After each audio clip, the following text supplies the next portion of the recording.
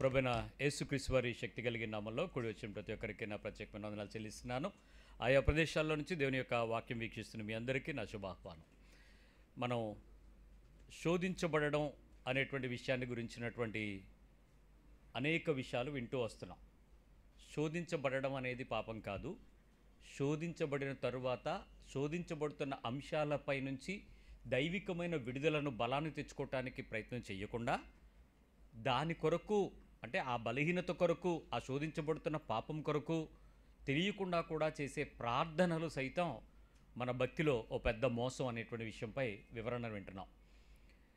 చాలామందికి అర్థం కాని విషయాలు ఏంటంటే, దేవుణ్ణి ఏదైనా అడగచ్చు అనేటువంటి ఆశీర్వాదంతో ప్రారంభమైన క్రైస్తవ్యం ఏది అడగకూడదుతో ముగించబడాలి. దేవునితో సరిగా మాట్లాడడం, ఆయన మందిరంలోకి వచ్చినప్పుడు మన పెదవులను కాచుకోవటం, మన విశ్వాస సంబంధమైన భక్తిని సహోదర ప్రేమతో ముగించడం, మన హృదయము మన మీద నిందారోపణ చేయనటువంటి ఆత్మ నడిపింపుతో భక్తిని కొనసాగించటం, మన సాక్ష్యాన్ని నిలవబెట్టుకోవడంతో పరలోకంలోనికి ప్రవేశించాలి. అది భక్తి. ఇక్కడ భక్తి కేంద్రం ఏంటి? క్రైస్తవ్యం. నువ్వు అడిగిన దాన్నల్లా దేవుడు నీకు ఇస్తాడు అని చెప్పే ఒక మోసపు భక్తి. నువ్వేమైనా అడుగు, నీకు దేవుడు ఇచ్చేస్తాడు అనేటువంటి కాన్ఫిడెంట్ ప్రేయర్స్, దానికి నాయకత్వం కూడా తెలిసి చేస్తుందో తెలియక చేస్తుందో, వాళ్ళ పబ్బం గడుపుకోవడానికి చేస్తుందో తెలియదు, కానీ మోసాన్ని చేసేటువంటి క్రైస్తవ్యాన్ని విస్తారంగా పబ్లిసిటీ చేస్తుంది. నిజానికి క్రైస్తవులు విశ్వాస సంబంధమైన జీవితంలోకి వచ్చిన వాళ్ళు నలిగిపోయి శ్రమలు అనుభవించి దుఃఖపడుతూ దేవునిలో ఆనందిస్తే ఈరోజు ఎవడైనా వచ్చి జై శ్రీరామ్ అని అనమంటాడా? మనల్ని ఎవడైనా అంటాడా మనల్ని చూస్తే? ఎందుకు? వీళ్ళే చచ్చిపోతున్నారు, వీళ్ళు ఎంత నలిగిపోతున్నారు, ఎంత దుఃఖంలో ఉన్నారు, వీళ్ళు ఇంత దుఃఖంలో ఉండి దేవుడు అంటారేంట్రా బాబు, వీళ్ళకి దేవుడు ఏం దేవుడు రా అని వాళ్ళు దూరం అవ్వాలా. కానీ ఈరోజు మన భక్తి చూస్తే, మన ఇళ్ళు చూసి, మన బిల్డింగులు చూసి, మన బళ్ళు చూసి, మన పిల్లల జులపాలు చూసి, మెళ్ళలో చెవుల్లో టాటూలు చూసి, ఈ ఎకిలి క్రైస్తవ్యంలో జనాలు అభివృద్ధిని చూపించి వీళ్ళు క్రైస్తవులు అవడం వల్ల ఇలా అయిపోతున్నారనేటువంటి భయం వాళ్ళకు పట్టుకుని మా ధర్మం గొప్పదని చెప్పి వాళ్ళు మన మీదకి వస్తున్నారు. నిజానికి ఆది అపోస్తుల కార్యాలలో ఆస్తులు ఎవరైనా సమకూర్చుకోవడం చూసారా? అమ్ముకోవడం తప్ప మాట్లాడరే. అపోస్తుల కార్యాలు చదువుతూ ఉంటే వాళ్ళు ఉన్న వాటిని అంతా అమ్మేసి వాళ్ళు సమిష్టిగా అందరిది కలిసి ఉన్నట్లు చూసుకున్నట్లు అపోస్తుల కార్యాలు చదువుతాం. అది విశ్వాస సంబంధమైన భక్తి. వాళ్ళు అనేక శ్రమలు అనుభవించి క్రీస్తు కొరకు సాక్షులుగా ఉండడం చూసి ఏంటి మీ దేవుని గొప్పతనం అని అడిగి వాళ్ళు తెలుసుకోగలిగారు. దేవుని దగ్గరికి వస్తే దీవెనలు కాదు ఉండే శ్రమలని విషయాలు ప్రచురపరచబడి బైబిల్ వచ్చింది. ఇంత బైబిల్ జీవితం ఈరోజు క్రైస్తవ్యం ఇంత ఆకర్షణీయంగా ఉంటుందనుకుని జనాలు భయపడుతున్నారు. నిజమైనటువంటి భక్తిని చేయాల్సిన ఆఖరి రోజుల్లోకి వచ్చాం మనం. మన విశ్వాసాన్ని కాపాడుకోవాలి, మన నిరీక్షణ స్థిరంగా ఉండాలి. లంగరవలే పట్టుకుని మనం దేవుని మాట మీద మాత్రమే బతుకుతూ దేవునితో నడిచే జీవితాన్ని సరిచేసుకోవాలి. ఇది కడవరి గడియ, ఆఖరి రోజులు. చాలా జాగ్రత్తగా సిద్ధపాటుతో మనం దాన్ని తీసుకుని ఆత్మ జీవితంలో ఏ రోజు భూమి మీద నుంచి మన పిలుపు వస్తుందో తెలియదు, ప్రభు రాకడ వస్తుందో తెలియదు, అన్ని సూచకులు జరుగుతున్నాయి. కాబట్టి జాగ్రత్తగా మనం సిద్ధపడాలి. దానిలో భాగమే శోధించబడడం పాపం కాదు, కానీ శోధనలో పడడం పాపం అనే విషయాలు నేర్చుకుంటున్నాం. మీలో ఎవరికైనా గుర్తుంటే మాకు మాట చెప్పండి. ఈరోజు మనం మాట్లాడుకోబోతున్నటువంటి ఈ అంశానికి సంబంధించిన మూలవాక్యం ఎక్కడ ప్రారంభమైందో గుర్తుందా? ద బిగినింగ్ వర్డ్ ఏంటో తెలుసా? ఈ సందర్భం వరకు ఇన్ని గంటలు, ఇంచుమించు సంవత్సరం దాటిపోయింది. ఈ మెసేజ్ అంతా మాట్లాడుకోవటానికి మూలవాక్యం ఏంటో గుర్తుందా? మత్తయి సువార్తలో నుంచి బండ. బండ బండ మీద పడినవాడు మొక్కలవుతాడు, కానీ బండ ఎవడ మీద పడితే వాడిని ఏం చేస్తుంది? నలి చేయును. అక్కడ ప్రారంభించుకున్నాం. అసలు లైఫ్ అనేది ఆ పౌడర్ షేప్లోకి మారిపోయి షేప్ అవుట్ అయిపోయి ఒక వ్యక్తిత్వాన్ని కనపరచడానికి ప్రయత్నం చేస్తే క్రీస్తు కనపడటమే ఆ మాట యొక్క జీవపు సారం.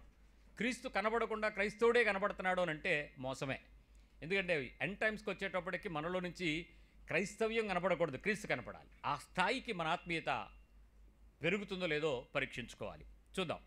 ఈరోజు మరికొంచెం లోపలికి వెళ్ళడానికి ప్రయత్నం చేద్దాం. నేను ముందు ఒక్కసారి ఇప్పటి వరకు మనం మాట్లాడుకున్నటువంటి 10 అంశాలు చెప్తాను, వినండి. మొదటిది శారీరకమైన సొంత కోరికలు.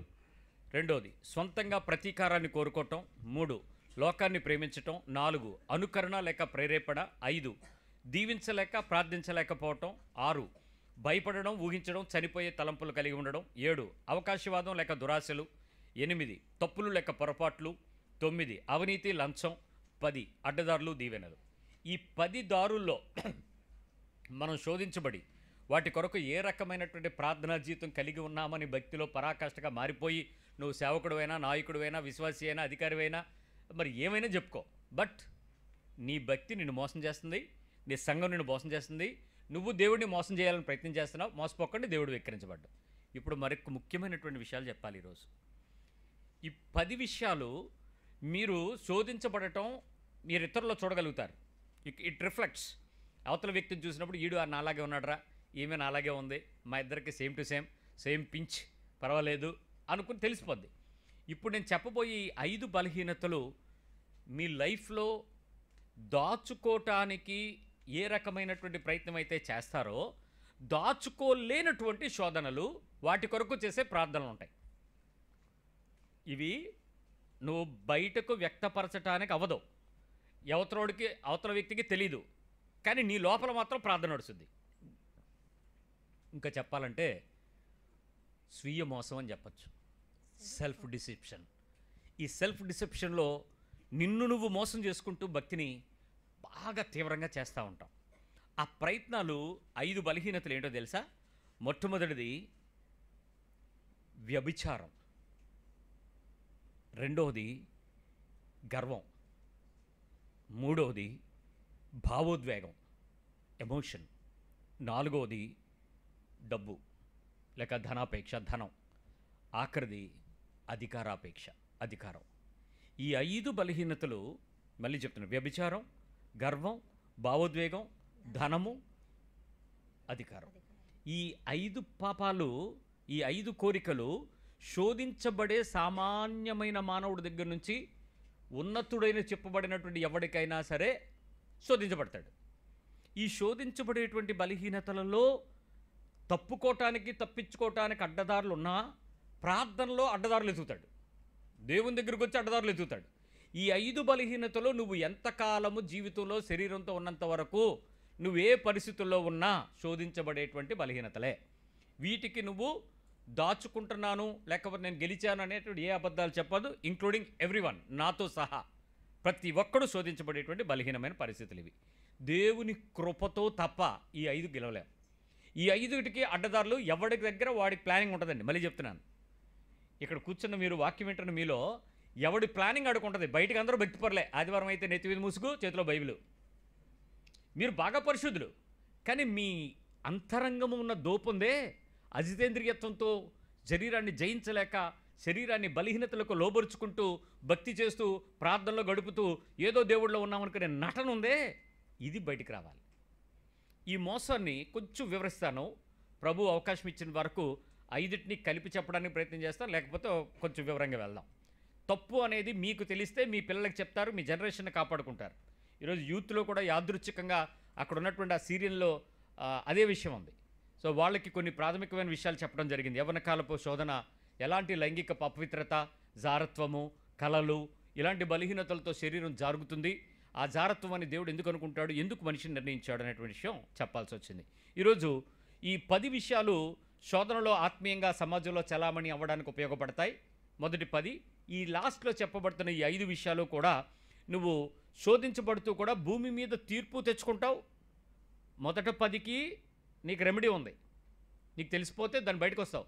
ఈ లాస్ట్ 5, ఈ 5 చెప్పాను చూసారా, వ్యభిచారం, గర్వం, భావోద్వేగం, ధనాపేక్ష, పదవి కాంక్ష లేకపోతే అధికారం, ఈ 5 భూమి మీద తీర్పు వస్తుంది. 2 అవమానించబడతావు, you'll feel shame of you ever self, నీకు తెలుస్తుంది, నీ వల్ల ఇతరులు అవుతారు. 3వది నరకం గ్యారంటీ, హెల్ గ్యారంటీ. భక్తి చేసి నరకంలోకి వెళ్ళాల్సిన అగత్యం ఏంటి? ఇప్పుడు రక్షించబడకుండా వాడు నరకానికి పోయాడంటే ఇప్పుడు మనం నరకం తప్పిస్తాడనే కదా దేశప్రభు దగ్గరికి వచ్చింది. తీర్పులో పడే భయంకరమైన సత్యం ఇక్కడే ఉంది. కాబట్టి వీటిలో మనం చాలా జాగ్రత్తగా వాటిలో నిలబడడానికి మనం ప్రయత్నించాలి. 1 కొరింథీ పత్రిక 6వ అధ్యాయము 9వ వచనం ఒకసారి చూద్దాం. 1 Corinthians 6:9. అన్యాయస్తులు దేవుని రాజ్యమునకు వారసులు కానేరని మీకు తెలియదా? మోసపోకుడి, ఉమ్, జారులైనను ఉమ్, విగ్రహారాధకులైనను ఉమ్, వ్యభిచారులనైనను ఉమ్, ఆడంగితనము గలవారైనను పురుష సంయోగులనైనను ఉమ్, దొంగలైనను లోబులైనను ఉమ్, త్రాగుబోతులైనను దూషకులైనను ఉమ్. దోచుకుని వారునైనను దేవుని రాజ్యమునకు వారసులు కానేరరు.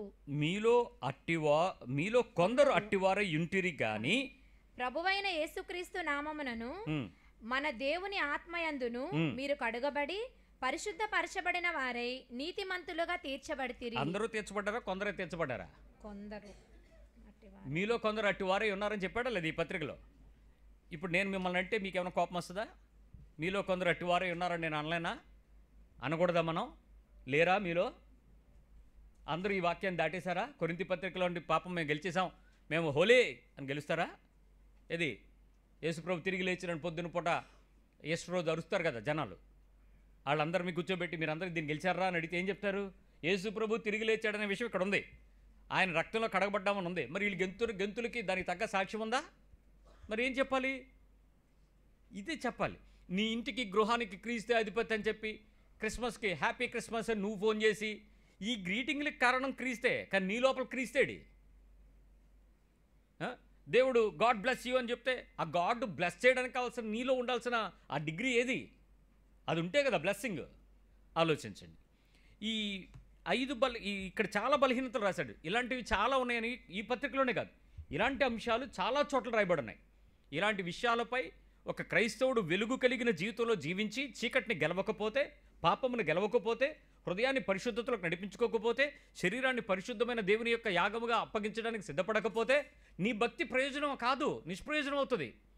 నువ్వు తల్లివైనా, చెల్లివైనా, అన్నవైనా, బాబు అయినా, పాస్టర్ అయినా, పెద్ద బిషప్ అయినా పెద్ద తప్పేం లేదు. ఈ ప్రాబ్లం అలాంటిది. సో ఫస్ట్ సిన్ ఏంటో చెప్తాను. మనం ఏమనుకున్నాం? ఈ రహస్య పాపాల్లో మొదటిది వ్యభిచారం. నిన్న మొన్న మీరు న్యూస్ కనుక చూస్తే, వేటు న్యూస్ కానీ ఇంకా ఏదైనా యాప్ల్లో కానీ మీరు చూస్తే ఒక సెన్సేషనల్ న్యూస్ నేపాల్లో జరిగింది. చాలా సెన్సేషనల్. భూటాన్, నేపాల్ ఈ ప్రాంతాల్లో దేశం మొత్తం అతలాకుతలం అయిపోయింది. మలేషియా, కౌలాలంపూర్ ఆ ప్రాంతాల్లో కూడా. మలేషియా దేశంలో ఎక్కువ మంది బుద్ధిస్టులు, 90% బుద్ధిస్ట్ మాంక్స్ ఉంటారు.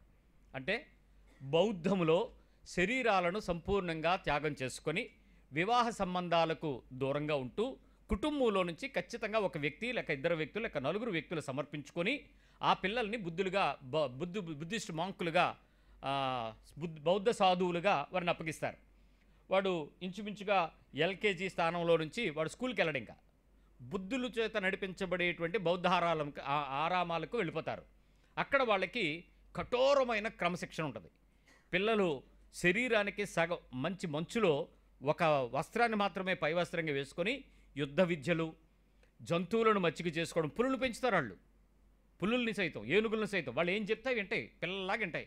అలాంటి రకరకాల విద్యలన్నిటినీ, శరీరాన్ని పూర్తిగా అదుపు చేసుకోగలిగినటువంటి క్రమశిక్షణకు తగినటువంటి సాత్వికమైన సాధు ఆహారం, తలను కత్తిరించుకొని ఎక్కడ ఏ రకంగా లోక సంబంధమైన మాలిన్యం, టీవీ చూడటం కానీ ఇలాంటివి ఏమీ తెలియవు.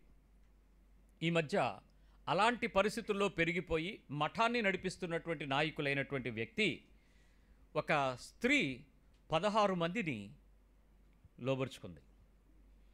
16 మందిని లోబర్చుకుని వారితో శారీరక సుఖాన్ని ఎరవేసి ఇంచుమించుగా కొన్ని వీడియోలు వాళ్ళతో తీస్తూ అవన్నీ పెట్టుకుని 80,000 రూపాయలకు సంబంధించినటువంటి డబ్బుల్ని డిమాండ్ చేసిందని రాశారు.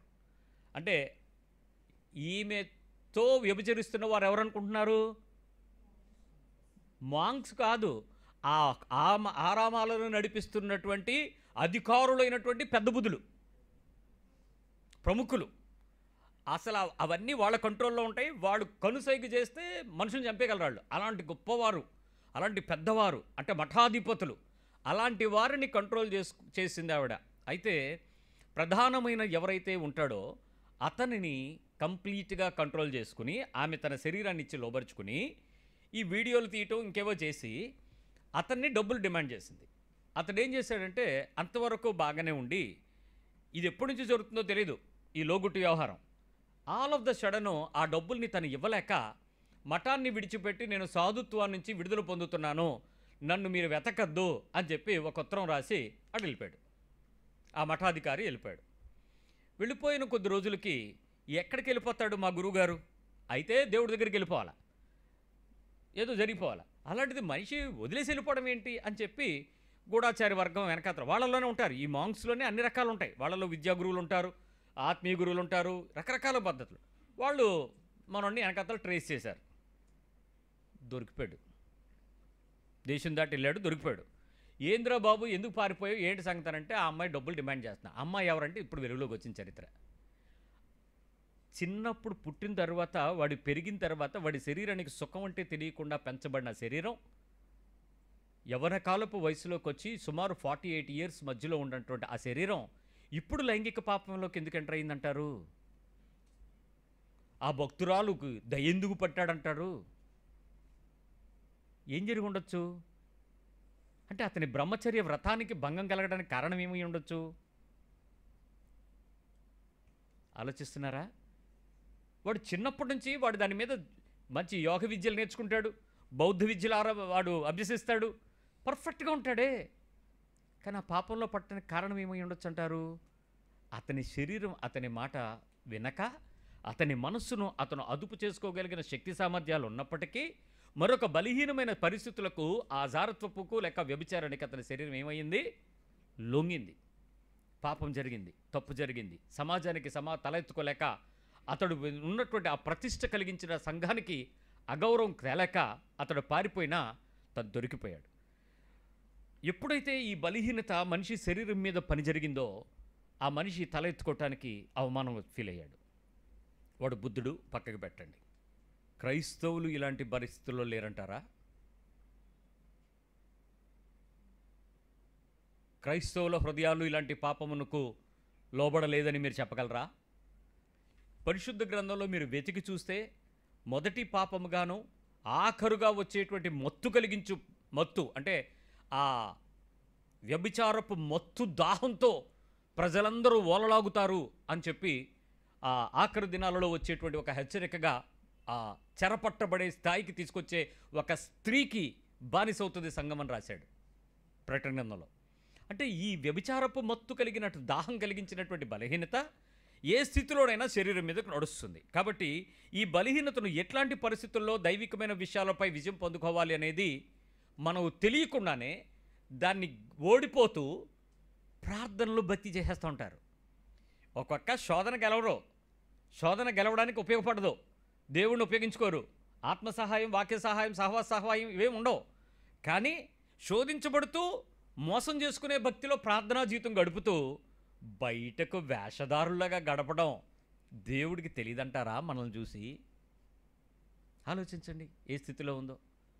పరిశుద్ధ వివాహం ద్వారా ఒక వ్యవస్థను ఏర్పరిచి ఏకపత్ని వృత్తిని ఉండాలని పురుషునికి, ఏక పురుషునికి బద్ధురాలై ఉండాలని స్త్రీకి ఆజ్ఞాపించి జీవితకాలం మట్టుకు మీ ఇద్దరి వైవాహిక జీవిత సంబంధం ఇతరులకు ఆదర్శప్రాయంగా ఉండగలిగేటట్లు తరాలను ఆశీర్వదిస్తూ భూమిని నిండించాలని దైవిక ప్రణాళిక అయితే, ఆ విషయాలపై మాకు అక్కర్లేదు, మేము ఎలాంటి సంబంధంతో అయినా పెట్టుకుంటాం, ఎలాంటి అక్రమమైన దానికైనా మేము సిద్ధపడతామనంటే అప్పుడు గదు పౌలు దాన్ని విమర్శిస్తూ మీరు విడాకులు ఇస్తున్నారు అనంటే వ్యభిచారం చేయడానికి చేస్తున్నారేమో చూసుకోండి అని గద్దించాడు. వ్యభిచార నిమిత్తమే మీరు చేస్తున్నారు ఈ పనిని ఖచ్చితంగా డిక్లేర్ చేసినట్టు చెప్తాడు. అంటే విడిచిపెట్టిన దానిని వివాహం చేసుకుంటా వ్యభిచారకారుడు, ఎందుకంటే that is a sin at most to God. దేవుని ఎదుట తీర్పు భయంకరమైన శిక్ష కదా. అలా విడిపోవడం, అలా పెళ్ళిళ్ళు చేసుకోవడం, ఎన్ని పెళ్ళిళ్ళు చేసుకుంటారు, ఎన్నిసార్లు చేసుకుంటారు, అన్నిసార్లు చేసుకోవటం, అది పరిశుద్ధ వివాహం అని బోర్డు ఎట్లా పెడతారు? ఒక క్రైస్తవ ఆధ్యాత్మిక చట్టం ఏం చెప్తుందంటే, మనుషుల మధ్యలో నిర్మితమైనటువంటి చట్టం, ఒక క్రిస్టియన్ బాట్యమణి లేక పద్ధతి పని క్రైస్తవ వివాహం జరగాలి అని అంటే ఒక కన్యక ఒక బ్రహ్మచారిని పెళ్లి చేసుకోవాలి. మళ్ళీ చెప్తున్నాను, ఒక కన్యక ఒక బ్రహ్మచారిని పెళ్లి చేసుకోవాలి. కన్యక అంటే అర్థం ఏంటి? ఆమె పరపురుషుణ్ణి శరీర సంపర్కం ద్వారా ఎరుగక, హృదయాన్ని అది గుండె జారి గల్లంతు చేసుకోక, మనసు పారేసుకోక, అంటే ఏంటి? ప్రేమలో పడక, ఎవడికో ఏదో ఇచ్చేసుకోక, ఆ పరిశుద్ధంగా హృదయాన్ని కాపాడుకుని తన జీవిత భాగస్వామిగా రాబోతున్నటువంటి ఆ పురుషుడు లేక ఆ స్త్రీకి వారిద్దరూ కూడా ఏక శరీరానికి అయినట్లయితే అది పరిశుద్ధమైన వివాహం, కన్యక బ్రహ్మచర్యంతో. అంతేగాని పెళ్లికి మునుపు అసలు నేను పెళ్లికి ఫిట్ అవుతానో లేదో చెక్ చేసుకోవడం అని వేసి దగ్గరికి వెళ్ళినోడు వ్యభిచారి. అంతేగాని ఏమవుద్దో తెలుసుకుందామని థ్రిల్ కోసం ఓయో రూమ్కి వెళ్తే అది వ్యభిచారి, ఏదో చేస్తే అనండి, అది కుదరదు. పరిశుద్ధత అనేటువంటి పదం క్రైస్తవ్యానికి గొప్ప అలంకారం. దేవుడు ఎందుకు గొప్పోడరా అని అడిగితే మీరు చెప్పాల్సింది 2 పెళ్ళాలు లేరు 3 పెళ్ళాలు లేరని, ఆయన పరిశుద్ధుడని. అంత గొప్పగా చూడాలనుకున్నటువంటి పరిశుద్ధతకు క్రైస్తవ్యంలో ఇచ్చినటువంటి ఆ పెద్దపీటను నువ్వు ఇంకొక రకంగా మారుస్తారంటే కుదరదు, ఏ రకంగా కూడా ఆలోచించడానికి కుదరదు. అందుకని ఇంత పరిశుద్ధమైన పరిస్థితిని దైవికమైన పద్ధతికి తగినట్లుగా ఆలోచన చేయమన్నాడు వాక్యంలో. ఆలోచన చేద్దాం. ముందు అసలు ఇదేంటి అనే దాని గురించి ఒక చిన్న బ్రీఫింగ్, ఒక విషయం తెలుసుకోవాలి. మొదటిది ఏంటంటే వావి వరసలు తప్పిన శారీరకమైనటువంటి సంబంధం. వావి వరస అనే పదం మనం వింటూ ఉంటాం. వావి అనంటే సంబంధం, రిలేషన్షిప్ అని అర్థం. వావి వరుస అనంటే ఒకరితో ఒకరికి ఉండే సంబంధం. వావి వరుస, వావి వరుస లేకుండా ఏంటా పని అంటాం. అంటే ఏంటి? వరుస అనంటే వారికి మధ్యలో ఒకరికి మరొకరితో ఉండేటువంటి సంబంధం ఎలాంటిదై ఉండాలి, అది కూడా పద్ధతి ప్రకారమై ఉండాలి, క్రమమైనది ఉండాలి, అక్రమమైనది ఉండకూడదు. వావి అనంటే సరి అయినటువంటి సంబంధం అయి ఉండాలి. అసందర్భమైనటువంటి, అది వికృతమైనటువంటి దానితో సంబంధం కలగకూడదు, అది జాగ్రత్తగా చూసుకోవాలి.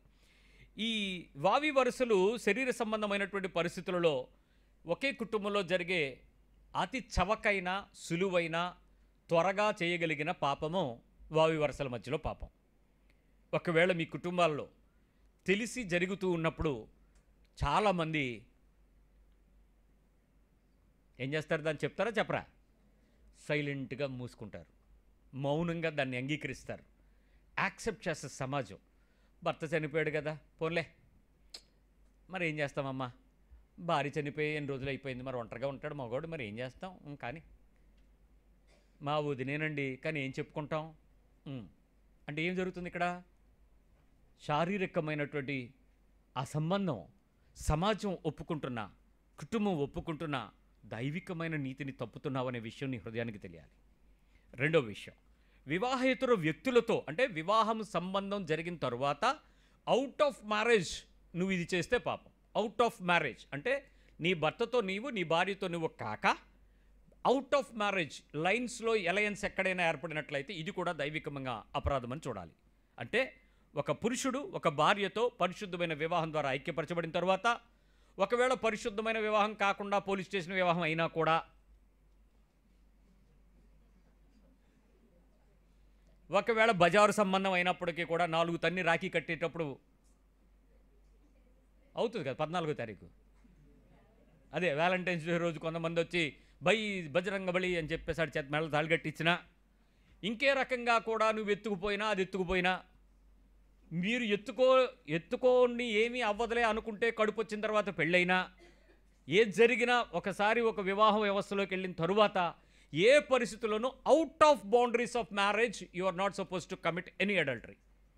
నీ వివాహము బయట, అంటే వివాహము ఇతర వ్యక్తులతో, అంటే వివాహం అయినా కానీ అవ్వకపోయినా కానీ అలాంటి వ్యక్తులతో శారీరకమైన సంబంధం కలిగి ఉండడం, అది లైంగికమైనటువంటి పాపము, అది దైవికమైన నేరముగా, పాపంగా పరిగణించబడుతుంది. నంబర్ 3, వివాహములో ఉండి, వివాహ వ్యవస్థల్లో ఉండి ఎప్పుడైనా ఏ పరిస్థితుల్లోనైనా ఇతరులతో శారీరక సంబంధం. అంటే ఏంటి? పెళ్ళి అయ్యి ఉంటుంది, ఇంతకు మునుపు ప్రేమించిన అమ్మాయి అంట ఇంకెవరిని పెళ్లి చేసుకోకుండా నువ్వు నీకు నచ్చిన అమ్మాయితో మీ ఇంట్లో వాళ్ళ కోసం నువ్వు పెళ్లి చేసుకున్నావు కదా, మరి నేను నీకు ఇచ్చేసాను నా హృదయము నా శరీరము పెళ్లికి ముందే, అలాగని ఇప్పుడు నేను ఇంకొకరిని ఎలా పెళ్లి చేసుకుంటాను, నేను నీతో ఉండిపోతానని ఉండిపోయింది ఆ పిల్ల. ఈవిడ మొదట పెళ్లి చేసుకున్నటువంటి ఆ కుర్రోడు, ఆ అమ్మాయితో ఉన్న కుర్రోడు ఈ అమ్మాయితో సంసారం చేస్తూనే పనిలో పని ఆమెను కూడా బయటికి వెళ్ళి ఉంచుకుంటున్నాడు. దాన్ని ఏమంటారు? ఇది నువ్వు ఒక రకమైనటువంటి పద్ధతిలో అంగీకరించడానికి ఆమె పాపం సమర్పణ చెన్నీళ్ళని నువ్వు పేరు పెట్టినా అది పాపమే. నువ్వు కనికరపడి జాలిపడిపోయి ఆమె మీద ప్రేమ చూపించేసి వదిలేయమంటారా అని నువ్వేదన్నా దానికి ఏదన్నా క్రైస్తవ డెకరేషన్ వాక్యాలు పెట్టినా పాపమే, నువ్వు చేయటానికి కుదరదంతే. సో అది కూడా తప్పే. 4, శరీరాన్ని పోషణ కొరకు కానీ, ధనం కొరకు కానీ, సుఖం కొరకు కానీ అమ్ముకోవటం వ్యభిచారం. మనం వేశ్య అనే పదం వింటాం, విటుడు అనే పదం వింటాం. వీరు శరీరాన్ని అపవిత్రమైన కోరికలను కాకుండా, పరిశుద్ధమైన పద్ధతికి కోరికను వాడకుండా, అపవిత్రమైన పరిస్థితుల మధ్య వాడడానికి ప్రయత్నం చేసి శరీరాన్ని డబ్బుల కొరకు సంపాదించుకోవడం కొరకు, పోషణ కొరకు కొన్ని పాపాలకు శరీరాన్ని అప్పగిస్తారు. ఇది red light area, blue light area, ఇంకేదో ఏరియా. అలాంటి పరిస్థితుల్లో వెళ్ళి అలాంటి పరిస్థితులకు శరీరాలను అప్పగించుట పాపమే. 5 లైంగికమైన సంతోషాలకు, ఆనందాలకు వెతుక్కునుట. ఇది ఈ మధ్యకాలంలో ఫ్యాషన్. సెక్షువల్ ప్లెజర్ అంట దాని పేరు. సెక్షువల్ ప్లెజర్ కోసం చాలామంది సరదాగా వారి ఇళ్లలో, కుటుంబాలలో పేరెంట్స్ని, భార్యలను, భర్తలను స్వైపింగ్ లేక స్వాపింగ్ అంటున్నారు వాటిని, మార్చుకుని సంతోషాన్ని అనుభవించడం. వేరేవాడి భార్యను వీడు తీసుకుంటాడు, వీడి భార్యని వేరొకరికి ఇస్తారు. ఈ పబ్ కల్చర్లో జరిగేటువంటి ఈ రాత్రి జరిగే పార్టీలన్నీ ఇలాంటివే జరుగుతున్నాయి. పెద్ద పెద్ద కుటుంబాలు, ఉద్యోగస్తులు, వ్యాపారస్తులు, వ్యవహారస్తులు, సినీ ఫీల్డ్లు, రకరకాలు. వీళ్ళు ఎవరో అని మనం చెప్పలేం, కానీ జరిగేదంతా స్వాపింగ్. అంటే ఎవరికి ఇది అయ్యో నా భార్య, నా పరిశుద్ధత, నా శరీరం ఇది ఆలోచించట్లే, కలుసుకుని. నెంబర్ 6 సరసమైన సంభాషణలు, కుయుక్తులతో లోబరుచుకున్నట్టు కూడా వ్యభిచారమే. సరసమైన సంభాషణలు, వల్గర్ టాక్, దానికి ఏ జోక్స్ అని పేరు. క్యాపిటల్ ఏ అంటే అడల్ట్స్ ఓన్లీ, అడల్ట్ జోక్స్. చాలా పెద్ద నెట్వర్క్ కంప్యూటర్లో ఈ అడల్ట్ జోక్స్, ఈ కంటెంట్ క్రాక్ చేయటం. ఎక్కడైనా పార్టీల్లో ఉంటే ఈ నాస్టీగా మాట్లాడేటువంటి ఆ పదాలు, ఇవన్నీ జుగుప్సాకరమైనటువంటి, అసహ్యకరమైనటువంటి, స్త్రీలు పురుషుల మధ్యలో జరిగేటువంటి లోబరుచుకోవటానికి చేసేటువంటి ఈ క్రాక్స్ అన్నమాట. ఇది కూడా వ్యభిచారమే. నెంబర్ 7 అసభ్యకరమైన స్పర్శలు, మనుషులను తాకుట, పట్టుకొనుట, ముద్దు పెట్టుట, ఇంకా రకరకాల పరిస్థితుల్లో వారి శరీరాలను వారికి అంటించుట. బస్సుల్లోనూ ఈ మధ్య చాలా పెద్ద సమ్మక్క సారక్క జాతర కాదు, అదేంటిది బోనాల పండుగ హైదరాబాద్లో. అంత పెద్ద బోనాల పండుగలో మొత్తానికి హైదరాబాద్ ఫ్రెండ్లీ పోలీస్ ఏం చేశారు తెలుసా? కొన్ని వేల మంది పోలీసుల్ని ఎగ్జిక్యూట్ చేశారు. ఎక్కడెక్కడ ఎవడెవడు ఎలా టచ్ చేస్తున్నాడు ఆ డీసెంట్ రౌండ్ అన్నారు. ఓ పక్క పండగలో బజాలు అవుతున్నాయి, వీళ్ళకి బాజాలు అవుతున్నాయి. మామూలు కొట్టలేదండి, ఒక్కొక్కడు జాయింట్ల మీద కొడిశారు. ఎందుకు కొట్టాడు రానంటే ఈడెవడిని తాకాడో వీడియో తీస్తున్నారు వెనక. అతను మళ్ళీ జాగ్రత్తగా వీడియో తీయడం, పడ 4 కొట్టేసి వదిలేసి వెళ్ళిపోవడం. కేసులు ఏం లేవు. ఏమంటే ఆ పండగలో ఆడు బయటకు వచ్చేటోడికి ఆడు కాళ్ళు చేళ్ళు వాసిపోయినాయి. అసలు ఆ కొట్టుడికి మామూలు కొట్టుడు కాదట అది. ఆడవాళ్ళకి లాఠీలు ఇచ్చుకోండి అన్నారు. తప్పు జరిగితే అంటే సమాజంలో ఈ రకమైనటువంటి స్పృశించుట ద్వారా సంతోషించే మీరే కాదు, నాతో చాలామంది పిల్లలు అమీర్పేట జంక్షన్లో హైదరాబాద్లో, అదో చిన్న సైజు అమెరికా కదా, కోర్సులు ఆ బస్ స్టాండ్లు, కాలేజ్ కోర్సులు విడిచిపెట్టే టైంకి ఆ ఇన్స్టిట్యూట్ నుంచి వచ్చే ఆడపిల్లలు ఎన్ని వేల మంది ఉంటారో తెలుసా? వేలు కాదు, లక్షల్లో ఉంటారు. ఆ పిల్లల దగ్గరికి వచ్చి చూస్తూ ఉండగా వాళ్ళ శరీరాలను గట్టిగా పట్టుకుని నలిపేసి పారిపోయేవాళ్ళు. ఏం చేయలేరు పిల్లలు. జనము ఆ దోపిడిలో ఏంటి అంటే ఆ మనిషికి ఉండేటువంటి ఆ పాపం అలాంటిది. ఇంకా విచిత్రం, పిల్లలు చేశారు అదొక తప్పు, పెద్దోళ్ళు చేయటం. బస్సులో ఇలాంటి రష్లో ఏదో సందడిలో సడేమియా, మెట్రోస్లో. సో విపరీతంగా అది పాపం. నెంబర్ 8 విపరీతంగా ఫోన్స్లో ఈ మధ్యకాలం మీకు వచ్చేటువంటి వాట్సాప్ కాల్, ఇమ్మీడియట్గా వీడియో కాల్ ఆన్ చేయండి అని చెప్తారు. కాల్ చేస్తారు 2 నిమిషాల్లో మీకు ఫోన్ కట్ చేసి అర్జెంటుగా వీడియో కాల్ చేయండి అని చెప్తారు. వీడియో కాల్ ఓపెన్ చేయండి. నువ్వేదో భయపడి ఏంట్రా అని వీడియో కాల్ ఇలా ఆన్ చేసేటప్పటికి ఏమీ ఉండదు. అవతల మనిషి నీకు కనపడతా ఉంటాడు, మాట్లాడుతూ ఉంటారు. నువ్వు ఆడవాళ్ళు అయితే మగపిల్లవాడు మాట్లాడతాడు, మగపిల్లవాడు అయితే ఆడపిల్ల మాట్లాడుతూ ఉంటుంది. ఒక్క ఫ్యూ మినిట్స్ 4 నుంచి 6 నిమిషాలు కనుక నువ్వు ఫోన్లో మాట్లాడితే చాలు. 8వ నిమిషం ఫోన్ కట్ అయిపోయి నీకు మళ్ళీ వెంటనే వేరే కాల్ అటెండ్ అవుద్ది. దానిలో ఏమవుద్దు తెలుసా? నువ్వు ఆల్రెడీ బట్టలు ఇప్పేసి నుంచున్నట్టు, అవతల మనిషిని బట్టలు ఇప్పి చూపిస్తున్నట్టు నీ ఫేసే కనపడద్దు అక్కడ. మీరేమీ చేయలేదు, మీరు వింటున్నారు అంతే. ఏదో చెప్తున్నాడు. ఆ చెబుతున్న 5 నిమిషాల్లో నీ ఫోన్ని ఏఐ క్యాప్చర్ చేసి నీ ఫోన్లో నీ ఫేస్ని మార్క్ చేసి తిరిగి ఆ వీడియో నీకే పంపి మర్యాదగా ఈ 1,00,000 నాకు ఇవ్వకపోతే, ఈ 10 లక్షలు ఇవ్వకపోతే నిన్ను తెల్లారేపాటికి నీ ఫోన్లో ఉన్న అందరి కాంటాక్ట్స్కి నీ వీడియో వెళ్ళిపోద్ది. ఇంకేం చేస్తావు? పోలీస్ స్టేషన్కి వెళ్ళే టైం ఎక్కడుందా? రాత్రంతా నిన్ను మెంటలు ఇచ్చేస్తాడు ఆటోమేటిక్గా డబ్బులు. ఇంకోవైపు ఇది ఆ రకమైనటువంటి వ్యభిచార సంబంధమైనటువంటి దాహం నీలో ఉంటే నిన్ను ఆ రకంగా ట్రాప్ చేయడం చాలా ఈజీ. మనుషులు దాన్ని క్యాచ్ చేసుకుంటున్నారు. ఫోన్లో వీడియో కాల్స్లో మీరు చూస్తున్నటువంటి వాటిని బట్టి అవి మీకు ప్రొవోక్ చేయబడతాయి. నెంబర్ 9 సినిమాలు, బ్లాగ్స్, పోర్న్ కథలు పోర్న్ మూవీస్, లేకపోతే ఈ బోల్డ్ కంటెంట్స్, ఇవన్నీ టీవీ మీడియాలో మనకు బాగా దగ్గరకు వచ్చేసింది. వీటిని విపరీతంగా చూడడానికి మనకు తెలియకుండానే చిన్న పిల్లల్లోకి ఆ వీడియోలు వాళ్ళు చూస్తున్నారు.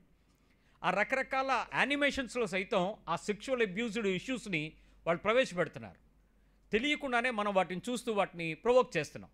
దానికి అందాలు, సౌందర్యాలు, మన శరీరం మీద వాడేటువంటి వస్త్రాలు, వాటికి వాడే కాస్మెటిక్స్, వీటన్నిటికీ ఒక స్త్రీని ఎరవేసి అడ్వర్టైజ్ చేసి మిమ్మల్ని ఇంకా అందంగా చేయడం ద్వారా ఎవరిని ఆకర్షించాలని చేయిస్తున్నారో అనేది మీకే తెలియకుండా మిమ్మల్ని అందం మత్తులో పెట్టి ఇతరులను ఆకర్షించే స్థాయికి మీ శరీరాన్ని పడవేస్తున్నారు. ఇది మనకు అర్థంగా అయ్యే లోపే పాపం జరిగిపోద్ది. నువ్వు చాలా పరిశుద్ధంగా ఉంటావు, నీ హృదయం చాలా నెమ్మదిగా ఉంటుంది, కానీ నీకు అందం మీద, సౌందర్యం మీద, అలంకరణ మీద, మేకప్ మీద, నీ శరీరానికి వేసుకునే రంగులు, పూసుకునే పూతలు, వాటి మీద నీకు ఎంతమాత్రం మమకారం చావక జాగ్రత్తగా మేనేజ్ చేసి చక్కటి వస్త్రాలతో తయారైతే నీ గురించి చొంగ కార్చుకునే పాపి ఎదురు ఒకటి తయారవుతున్నాడు. ఆడిని పాపిగా మార్చేది ఎవరు? నువ్వు అనొచ్చు, this is my body, I'm not doing any commit sin, నాకు అసలు థాటే లేదండి, అవతరాడు ఎలా పాపం పోతే నాకెందుకు. జాగ్రత్త, నీకే కోరిక లేదు, నేను ఒప్పుకుంటాను, దేవుడు ఒప్పుకుంటాడు. కానీ నీ వలన మరొకడు ప్రభావితం అవుతున్నాడు అంటే నీ రక్షణ పవిత్రమైన పరిశుద్ధమైన స్త్రీకి తగినట్లుగా లేదని అర్థం, పురుషుడిగా లేదని అర్థం. దానికి నువ్వే భాషలు చెప్పి నాకు సంబంధం లేదంటే కుదరదు. వయస్సుని దేవుడు ఎప్పుడు ఒకే కాలంలో ఒకే రకంగా ఉంచుకోవడానికి కారణం ఏంటంటారు? మనలో మనమాట ఎందుకంటారు? చిన్నప్పుడు సుకుమారంగా ఉంచి యవ్వన కాలము అందంగా పెంచి కొంచెం ఎదుగుతున్నే కొద్దీ నడి వయసులోకి వచ్చే కొద్దీ కొన్ని పార్ట్లకు లూజులు ఇచ్చి సైలెంట్గా టైర్లు అరిగిపోతాయి, మోకాళ్ళు లొంగిపోతాయి, నడుము జారిపోద్ది, క్యారీ బ్యాగులు దిగిపోతాయి, దాన్ని ఎత్తి పెట్టుకోవడానికి గొలుసులు పెడతావు, నానా తిప్పలు పడుతుంటావు, ఈ రంగులు వేసుకుంటూ ఉంటావు. ఇవన్నీ ఏటిలో మళ్ళీ అల్టిమేట్గా నీ నెక్స్ట్ లెవెల్ ఏంటి ఆలోచించరా? దేవుడు దాన్ని ఎందుకు శరీరాన్ని ఆ రకమైన ఇన్బిల్టీ తయారు చేశాడు? దాన్ని నువ్వు మోసం చేస్తున్నావు అంటే ఎవరి ప్లాన్ని పాడు చేద్దాం అనుకుంటున్నావు? సో పాపిగా నువ్వే ఉన్నావు. దానికి ఇంకో కారణం ఏముంది? నెంబర్ 10, ఇవన్నీ పక్కకు పెట్టి అసలు నేను ఇలాంటివి ఏమో నాకు తెలియదు సార్, చిన్నపిల్లలాగా. ఈ పిల్లలకి ఇప్పుడు నేను చెప్పేవి ఏం తెలియదు, ఏదో చెప్తున్నాడు అన్నయ్య అన్నట్టు ఉంటుంది. ఆ వయసుకి వచ్చేటప్పటికి ఈ మెసేజ్ అంటే అమ్మో అప్పుడే చెప్పాడా మాకు ఈ అన్నయ్య అన్నట్టు ఉంటుంది. ఏమీ మాకు సంబంధం లేదు సార్.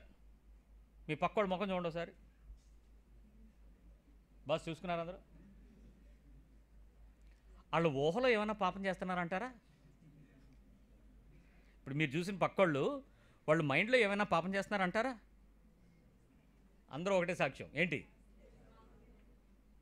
చేస్తున్నారా? మీ పక్కన కూర్చున్న వాళ్ళు చేస్తారా? చూడండి వాళ్ళ ముఖం ఎంత బాగుందో, శరీరం ఎంత బాగుందో. వాళ్ళు అసలు ఏమైనా ఎప్పుడైనా మీతో అసభ్యంగా ప్రవర్తించారా? ఏమీ చేయలేదు. మత్తయి సువార్త 5:28, 5:28. నేను మీతో చెప్పున్నదేమనగా, ఒక స్త్రీని మోహపు చూపుతో చూచు ప్రతివాడు అప్పుడే తన హృదయమందు ఆమెతో వ్యభిచారము చేసిన వాడగును. ఇక్కడ నేను చెప్తున్నది స్త్రీని చూస్తేనే వ్యభిచారమా? స్త్రీ పురుషుని చూస్తే వ్యభిచారం కాదా?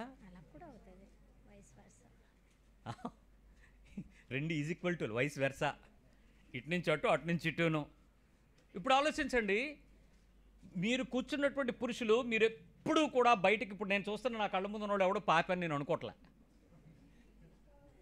అసలు మీ హృదయం చాలా పరిశుద్ధమైంది, మీ తలంపులు చాలా పర్ఫెక్టు, మీ చూపు ప్యూర్ అంటే మరి దేనికన్నా ప్యూరు, ఇంకేదన్నా ఉంటే అదే. అవునా? మీరెప్పుడు ఆలోచిస్తారు అసలు? అచ్చా, మనకు అంత తెలియదు అసలు. మీరు స్త్రీలు, మీరు ఎప్పుడు అలా అనుకొని చేయలేదు కదా? బైబిల్ చెప్తుంది ఇది సహజ సిద్ధంగా జరిగే, నిన్ను వద్దు అన్నా కూడా నిన్ను లాగే, నీ శరీరంతో పాటు పెంచే పెద్ద పాపం చచ్చేంత వరకు జరుగుతుంది. రక్తమాంసాలు కలిగి ఉన్న శరీరం ఈ భూమిలోకి వెళ్ళిపోయేంత వరకు, నీ భర్త చనిపోయినా, నీ భార్య చనిపోయినా, నీ శరీరంలో లైంగికమైన ఆ ఆలోచన చావడానికి అవకాశం లేదు. అది చావదు, అది లైఫ్ టైంకి నీ శరీరంలో ఉంచుతుంది. అయితే శరీరము ఆ లైంగికమైన చర్య ద్వారా ఉత్పత్తికరమైనటువంటి దైవికమైన చర్య జరిగించడానికి దెర్ ఇస్ ఎ లిమిట్. ఏమిటి? ఈ లైంగికమైనటువంటి కోరిక కలిగి ఉండేటప్పుడు జరిగించేటువంటి చర్య వలన పిల్లలు పుట్టాలి. అది దానికి లిమిట్. ఆడపిల్లలు మ్యాక్సిమం ఇండియన్ ఉమెన్కి 43 మొనోపాజ్ వచ్చేస్తుంది. ఆ తర్వాత వాళ్ళకి ఏ కోరికైతే ఉంటుంది కానీ అది ప్రత్యుత్పత్తికి ఉపయోగపడదు. మరి పురుషులకు అవకాశం ఉన్నంత వరకు మేబీ ఒక 50 వరకు వాళ్ళకి అవకాశం ఉండొచ్చేమో, కానీ సామర్థ్యం అయితే ఉండొచ్చు, కానీ దాని వలన వచ్చేటువంటి ఉత్పత్తి యవన కాలము పుట్టినటువంటి పిల్లవాడికి ఉండేటువంటి బలము ముసలిదొర గారికి రాదు. అది తగ్గిపోతుంది. ఇంకా అవన్నీ అంటే దైవికమైన చర్యకు ఉపయోగపడడానికి మాత్రమే శరీరానికి వాటిని పెట్టాడు. దానిని మరొక దానికి ఉపయోగపరిచి అది వృత్తికో వ్యాపారానికో కోరికకో తృప్తిపరచుకోవడానికో పాపానికో కారణమైతే తీర్పు తప్పించుకోలేవు, అవమానం తగ్గించుకోలేవు, శిక్ష తగ్గించుకోలేవు. జాగ్రత్త, అది చాలా భయంకరమైన విషయం. అయితే ఈ బలహీనత శోధనలో పడిపోయి శోధించబడుతూ ప్రార్థనలో ఆత్మీయంగా ఎలా మారతామంటే ఈ విషయం చెప్తాను వినండి. మనుషులతో జరిగించేది వ్యభిచారం, నెంబర్ 1. నెంబర్ 2, విగ్రహాలతో జరిగించేది వ్యభిచారం, విగ్రహాలు. నెంబర్ 3, జంతువులతో జరిగించే సంపర్కం వ్యభిచారం. నెంబర్ 4, దయ్యములు లేక శక్తితో జరిగించేటువంటిది కూడా వ్యభిచారం. దీనిలో సేమ్ సెక్స్ ఉండొచ్చు, అది హోమోసెక్షువాలిటీ ఉండొచ్చు, ఇంకా ఇతరమైన ఉండొచ్చు. ఒకసారి చూడండి, లేవికాండం 20వ అధ్యాయం 2-3 వచనాలు. లెవిటికస్ 20:2-3 వచ్చిన విషయాన్ని మీరు అవగాహన తెచ్చుకోవడానికి చెప్తున్నాను. లేవియకాండం 20వ అధ్యాయము. నీవు ఇశ్రాయేలీలతో ఇట్లనము, ఇశ్రాయేలీలోనే గాని ఇశ్రాయేలు ప్రజల్లో నివసించు పరదేశుల్లోనే గాని ఒకడు ఏ మాత్రమును తన సంతానమును మొలేకుకు ఇచ్చిన ఎడల వానికి మరణశిక్ష విధింపవలెను. మీ దేశ ప్రజలు రాళ్లతో వాణ్ణి కొట్టవలెను. మొలేక్ ఎవరో తెలుసా? అదొక దేవత.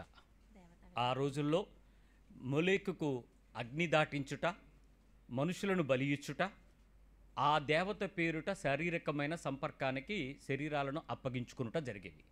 ఇప్పటికీ ఈ పాపం, ఇలాంటి బలహీనత ఫెస్టివ్ టైమ్స్లో మాత్రమే ఆ దేవత ఆవహించబడినప్పుడు, ఆ బలము పనిచేస్తునేటప్పుడు, ఆ దేవతకు ఆ శరీరాన్ని కోరికగా తీర్చుకోవటానికి వెనుక అప్పగించబడినట్లయితే ఆ దేవత యొక్క దయ పొందుకుంటారని, వారి వలన పిల్లలు పుడతారని ఆ పనులు జరిగించేవారు. ఆ దేవత పేరిట ఆ శరీరాన్ని అవతల వారికి ఇచ్చినప్పుడు అది భర్త అవ్వచ్చు, భర్త కాకపోవచ్చు, పరాయి వ్యక్తి అవ్వచ్చు, పిల్లడు అవ్వచ్చు, ఏదైనా అవ్వచ్చు, బట్ వాళ్ళకి పిల్లలు పుట్టించింది మాత్రం ఆ దేవత పేరిట. అలాగ శరీరాలను అప్పగించేవారు. అలాంటి పరిస్థితి చెప్తున్నాడు మొలెక్ అనేది. ఆ మనుష్యుడు నా పరిశుద్ధ స్థలమును అపవిత్రపరిచి నా పరిశుద్ధ నామమును అపవిత్రపరచుటకు తన సంతానమును మొలేకుకు ఇచ్చెను కనుక నేను వానికి విరోధినై ప్రజల్లో నుండి వాన్ని కొట్టివేతును. కొట్టేస్తానన్నాడు, కుదరదన్నాడు, అలాంటి పనులు చేయొద్దు, చంపేస్తానన్నాడు. కొట్టివేయటం అంటే తీసేయటం. తర్వాత మరియు ఆ మనుష్యుడు తన సంతానమును మొలేకుకు ఇచ్చిచుండగా మీ దేశ ప్రజలు వాని చంపక చూచి చూడనట్లు తమ కన్నులు మూసుకొని ఎడల నేను వానికిని వాని కుటుంబమునకును విరోధినై వానిని మొలేకుతో వ్యభిచరించుటకు వాని తరిమి వ్యభిచారము చేయు వారందరినీ ప్రజల్లో నుండి కొట్టివేతును. అప్పట్లో ఇది జరుగుతూ ఉండేది చాలా విపరీతంగా. ఇది ఇప్పటికే ఉంది. మీలో కొంతమంది పట్టణాల్లోకి వచ్చేయటం వల్ల ఈ పాపాన్ని చూడటానికి దూరంగా ఉన్నారు, కానీ పల్లెటూళ్ళల్లో ఈ పని జరిగించేటప్పుడు పిల్లలైన మనకి తెలియదు, కానీ మనం మేడ దిగి వెళ్ళేవాళ్ళం కాదు కదా. కానీ ఈ పని మీద, అదే పని మీద ఆ రోజుల్లో ఉండేటువంటి మంత్రగాళ్ళు లేక ఆ దేవతకు పూజ చేసేవాళ్ళు ఏం చేస్తారంటే ప్రేరేపిస్తారు. నీకు పిల్లలు లేరంటున్నారు కదా, పలానా జాతర రోజు వచ్చి ఆ రోజు కనుక ఆ దేవతతో కనుక నీవు ఈ పని చేసినట్లయితే నీకు పిల్లలు పుడతారని చెప్పి ఆ దేవాలయాలలో ఉండేటువంటి పూజారులు వారితో వ్యభిచరిస్తూ వారి వలన వారికి సంతానోత్పత్తిని కలిగించేవారు. దీనికి కారణం ఎవరు అనంటే ఆ దేవత పేరు చెప్పేవారు. అంతేకాదు దేవుడు ఏమన్నాడు తెలుసా? 6వ వచనం, మరియు కర్ణపిశాచి గలవానితోనూ సోదెగాండ్రతోనూ వ్యభిచరించుటకు వాని తట్టు తిరుగువాడెవడో నేను వానికి విరోధినై ప్రజల్లో నుండి వాన్ని కొట్టివేతును. అసలు ఎందుకు ఆ మాటలు చెప్పాడు తెలుసా? కర్ణపిశాచి, సోది అంటే సోది చెప్పేవాళ్ళు ఉంటారు కదా, వాళ్ళు ఏం చెప్తారంటే సోది ఎప్పుడు చెప్తారో తెలుసా? చనిపోయినటువంటి వ్యక్తి యొక్క ఆత్మను వారి మీద వశపరుచుకుని వారు ఆ దైవ సంబంధంగా ఆ ఆత్మతో ఆ ఆత్మ యొక్క ఐక్యతను బట్టి మీకు దాన్ని రెవల్యూషన్ ఇచ్చారనుకోండి, అప్పుడు మీరు ఏమనుకుంటారు? నేను కూడా ఒక సందర్భంలో మా గ్రామంలోకి వెళ్ళినప్పుడు నేను చూశాను, సోది చెప్పిస్తున్నారు. చనిపోయిన వ్యక్తిని పాతిపెట్టింది నేనే ఆ ఊర్లో. వారం తర్వాత ఎందుకో మళ్ళీ మంగళవారం వెళ్ళి లక్షవారం వెళ్ళి పలకరిద్దామని వెళ్ళేటోడికి సోది చెప్పిస్తున్నారు. జనం చూస్తే ఫుల్గా ఉన్నది, మంచి జనం రంజుగా ఉన్నారు. నేను అనుకో ప్రార్థన అనుకున్నాను. అనుకుని మనం డిస్టర్బ్ చేయడం ఇష్టం ఉండదు కదా అని చెప్పి సరే సైలెంట్గా వెళ్ళేటాడికి ఇంకేంటి అదేమో అంటుంది, కర్ర చూపిస్తుంది, ఇటు నుంచి అంటుంది. అయితే ఆ సోది చెబుతున్నటువంటి ఆ స్త్రీ యొక్క వయసు నడి వయసు 40-43 మధ్యలో ఉండొచ్చు. ఆమె చెప్పేటువంటి విషయం ఎలా ఉందో తెలుసా? ఆ చనిపోయినటువంటి ఆ పురుషుడు ఎలాగైతే దొగ్గుతాడో అలాగే దొగ్గుతుందండి ఈవిడే. ఎగ్జాక్ట్లీ దొగ్గు. ఆడు ఎలాగైతే మధ్య మధ్యలో అంటూ ఉండేవాడు అలాగంటుంది. ఇప్పుడు మనకి ఈ సోది చెప్పేది అన్నం అంటుంటే వాళ్ళు ఏమనుకుంటారు చెప్పండి, దీని మీద వచ్చినాడు ఎవడు? అలా ఆయనే. ఇంకా మనం అసలు చెప్తే నమ్మరండి, అతడు ఏమేం చేసేవాడో ఈ సోది చేసింది, ఎగ్జాక్ట్గా చేసేసింది. ఇలాంటి పరిస్థితుల్లో సోది చెప్పే పురుషులు, సోది చెప్పే స్త్రీలు, ఎక్కువ మంది స్త్రీలు ఉంటారు, తక్కువ మంది పురుషులు ఉంటారు, బట్ ఇద్దరు ఉంటారు. వీళ్ళు ఏం చేస్తారంటే సోది చెప్పేటప్పుడు చెప్తూ, నీవు నాతో పడుకోలేదు, నువ్వు నాతో పడుకుంటే తప్ప అప్పుడు నీకు విడుదలవ్వదు, నీకు నేను ఈ విషయాల్లో చేయాలనుకుంటున్నాను, ఇదిగో నేను ఈ శరీరం మీదకి వచ్చాను, నా దగ్గరికి రా అని ఆకర్షిస్తారు. ఆటోమేటిక్గా వీడికి ఏమర్థమవుతుంది? వాళ్ళ భార్య ఆడి మీదకి వచ్చిందని వెళ్ళిపోతాడు, నా భర్త ఇక్కడ ఉన్నాడని చెప్పి వెళ్ళిపోతాడు. ఇక ఆ రకంగా సోది చెప్పేవాళ్ళు కర్ణపిశాచులతో వ్యభిచారం చేస్తున్న దానిని అఫీషియల్గా యాక్సెప్టబుల్, అమ్మ అలా ఆవిడొచ్చింది అందుకని ఆయన వెళ్ళాడంట. ఎవడైనా ఏమన్నా అనగలరా? ఎందుకు? ఆ దగ్గులు, ముక్కులు, ఆ యాశాలు, ఆ చేతులు, ఇవన్నీ తిప్పడాలు అన్నీ ఆళ్ళలాగే చేస్తుంది ఈ సోది. ఇలాంటి పనులు పొరపాటును కూడా గ్రాంటెడ్గా చేసుకుని శరీర కోరిక తీర్చుకోవటం దేవునికి విరోధం అని చెప్పాడు. ఆ కింద వచ్చిన చదవండి, అర్థం అవుతుంది. కంటిన్యూ. కావున మిమ్మును మీరు పరిశుద్ధపరచుకొని పరిశుద్ధులయుండుడి, నేను మీ దేవుడనైన యెహోవాను. ఆ మాట ఎందుకు చెప్పాల్సి వచ్చింది? ఆయన పరిశుద్ధుడు కాబట్టి. దేవుని పిల్లలమైన మనము ఈ రకమైన అపవిత్రతకు అవకాశం ఇవ్వకుండా ఉండాలని, ఎలాంటి పనులు మీరు చేయబోతారేమో, అది మీరు వెళ్తున్న ప్రదేశంలో జరగచ్చని, ఆ పట్టణంలో ఆ సాంప్రదాయంలో మీరు రక్షణ పొందిన తరువాత కూడా పాత పరిస్థితుల మధ్యలో మాకు ఇది సాంప్రదాయం అండి, మాకు ఇది తప్పు కాదండి, మాకు ఇది పాపం కాదండి, మాకు ఈ వరసేనండి, మాకు ఇది ఓకేనండి అని అంటారేమోనని దేవుడు ముందుగానే వార్నింగ్ ఇచ్చాడు. అసలు విషయానికి వస్తున్నాను. అసలు ఏ పరిస్థితుల్లోనైనా ఆ పాపము యొక్క బలహీనతను మనిషి ఆకర్షించబడడానికి రహస్యంగా మరుగుల్పబడుతున్నప్పుడు దానిని పాపము అనే విషయం చెప్పేది ఎవరు చెప్తారు? నేను తప్పు అనేటువంటి విషయాన్ని తప్పుగా చెప్పడానికి నేను ధైర్యం చేస్తున్నాను. ఏంటంటే, మేము చదువుకుంటున్న కాలంలో మా ఫ్రెండ్స్ అందరిలో ఒకే ఒక్కడు క్రైస్తవుడు ఉండేవాడు. వాడు ఈ క్రిస్మస్ సీజన్లో కొంచెం కార్యక్రమాలు అవి అవుతుండేటప్పుడు సెమీ క్రిస్మస్లు చాలా విపరీతంగా జరుగుతూ ఉంటాయి. మనకు కూడా ఇప్పుడు కూడా చేస్తున్నాం కదా. అంటే క్రిస్మస్ అంటే ఒకటే 25వ తారీఖు చేసేది, సెమీ క్రిస్మస్ అంటే ఇష్టం వచ్చిన రోజు చేసేది. ఒక నెల ఏంటమ్మా, నవంబర్ నుంచి స్టార్ట్ అయిపోద్ది, సెప్టెంబర్ నుంచి స్టార్ట్ అయిపోయే వాళ్ళు ఉన్నాయి, చేసేస్తూ ఉంటారు సెమీ క్రిస్మస్లు. ఈ సెమీ క్రిస్మస్లు జరుగుతుండేటప్పుడు ఒక సందర్భంలో మమ్మల్ని అందరినీ కాలేజీలో నుంచి చిత్రాలయ పక్కన సినిమా హాల్ ఎదురుగా ఒక చర్చ్ ఉంటుంది, ట్రెంటీ లూథరన్ చర్చ్. అక్కడ కార్యక్రమాలు ఉన్నాయిరా, మనందరం వెళ్దాం రండి అని చెప్పి మా క్లాసులో వాళ్ళందరినీ ప్రేరేపించాడు ఒక క్రైస్తవుడు. మేమందరం కూడా క్యారెల్ తినేసి మధ్యాహ్నం పూట క్లాస్ ఎగ్గొట్టి చర్చ్కి వెళ్ళాం. ఎక్కడికి వెళ్తున్నాం మేము అంటే చర్చ్కి వెళ్తున్నాం. మేమందరికీ యేసుప్రభు గురించి ఏమన్నా ప్రేమ ఉండి వెళ్తున్నామా? 100% కాదు. పోనీ మాకేమన్నా దేవుడు ఏమన్నా ఆత్మలో వాల్జీ రండిరా అన్నాడా? అలాంటిది మాకు తెలియదు. మాకేమైనా మార్మన్స్ ఉండి వెళ్తున్నామా అంటే ఏంటి, మార్మన్స్ అంటే ఏంటి అనే లాంటి వాళ్ళం మేము. అలాంటి పరిస్థితుల్లో అందరం చర్చ్కి వెళ్ళాం. ఒక వారం మేము వెళ్ళేటప్పటికీ ఆడపిల్లలు చాలా చక్కగా ఉన్నారు, మంచి కలర్ఫుల్గా ఉంది. దాని పేరు కలరింగ్ అంటారంట, అప్పటి వరకు మాకు తెలియదు. కాలేజీలో కొన్ని పదాలు కొత్తగా యాడ్ అవుతుంటాయి మనకు కూడా. మేము వెళ్ళేటప్పుడు కరెక్ట్ కలరింగ్ ఎదిరిపోద్ది మాయ అంటే, ఏంటో కలరింగ్ అంటే చూద్దామని మేము కూడా వెళ్ళాం. వెళ్తే ఇంతకే కలరింగ్ ఏంటి అంటే రంగురంగుల బట్టలు, రంగురంగుల మేకప్లు, రంగురంగుల డ్రెస్సులు, రంగురంగుల కట్టింగులు, రంగురంగుల సెంట్లు. అసలు మామూలుగా లేరు. మగ పిల్లల కంటే ఆడపిల్లలు ఎక్కువ మంది ఉన్నారు, చూడటానికి వచ్చిన మగ పిల్లలు ఎక్కువ మంది ఉన్నారు. వీళ్ళందరూ పాటలు పాడేవాళ్ళు, డ్యాన్సులు వేసేవాళ్ళు, రకరకాల జాతి. అక్కడ చిన్నపిల్ల ఎవరో తెలియట్లేదు, ముసలిది ఎవరో తెలియట్లేదు. పిల్లలం కదా, మా కళ్ళుకు ఏదైనా ఆనందమే, అందరం ఆనందిస్తున్నాం. సో ఒక వారం కాదండి, క్రిస్మస్ వరకు వెళ్ళాం చర్చ్కి. దాన్ని ఏమంటారు? ఆత్మీయత. పాపం అని చెప్పినోడు ఎవడు? మాకు తెలియదు పాపం అని. మేము చర్చికి వెళ్తుంటే మాకు కేకులు ఇస్తున్నారు, అక్కడ డ్రింక్ ఇస్తున్నారు, చాక్లెట్లు ఇస్తున్నారు, ఏవో ఇస్తున్నారు ఆ చర్చికి వెళ్తే. దాంతోపాటు మాకు నయనానందం అయిపోతుంది, కన్నులు తీరా తృప్తి పొందుతున్నాం. ఇంతకీ అక్కడికి వస్తున్న పిల్లలు ఎవరు ఏంటి మాకేమీ సంబంధం లేదు. కానీ మేము వెళుతున్నది దేని కొరకు వెళ్తున్నాం? మా శరీర కోరికను తీర్చుకునే ఒక భాగమైన కన్నుల్లో నుంచి వాళ్ళని చూస్తూ ఆడపిల్లల మధ్యలో ఆ ఆనందం పొందటానికి మేము వచ్చాం. ఇది అసహ్యత అనేటువంటి విషయం మా సంస్కృతి మాకు నేర్పలేదు, నాకు చెప్పలేదు. ప్రకృతిలో స్త్రీ అందగత్తి అని, అందాన్ని చూడటం తప్పు కాదని పుస్తకాల్లో రాసిన కొన్ని విషయాలను బట్టి చదువుకుని కవులు వర్ణించారు కాబట్టి మేము కూడా వర్ణించడానికి వెళ్ళామేమో, తప్పును సమర్థించుకోవటం. కానీ ప్రభు కృపను బట్టి రక్షించబడ్డ తరువాత, అది పాపమని తెలిసిన తరువాత దేవుని దగ్గర చాలా ఒప్పుకోవాల్సి వచ్చింది. తప్పు చేశామే, ఆ రోజు మాకు అది పాపమని తెలియకపోయినా కూడా అది పాపమేనే. ఆ స్త్రీలను, ఆ పిల్లలను, ఆ స్త్రీలతో, అంటే ఇప్పుడంటే వయసులో పిల్లలు అనగలం, కానీ అప్పుడు అనగలమా? కాదు, వాళ్ళంతా వేరే, ఆ చూపే వేరే. ఆ దుఃఖం కలిగేటువంటి పరిస్థితి వాక్యం దగ్గరికి వచ్చాక తెలిసింది. ఆ ఆడపిల్లలు వాళ్ళు ఏమైనా తప్పు చేయడానికి మమ్మల్ని పిలిచారా? లేదే. కానీ ఇది సహజ సిద్ధంగా జరిగే పరిస్థితుల్లో చాలా భయంకరమైనటువంటి విషయాల్లో అందంగా ఉంది అనే నెపంతో మీరు ఎప్పుడైనా ఎవరినైనా, దేనినైనా, ఎవరితోనైనా మీరు ప్రయత్నం చేసినా, మీరు అలాంటి పరిస్థితులకు తగినట్టు అవకాశం కలిగించడానికి మీ పిల్లల్ని మీరు తయారు చేసినా పాపమే.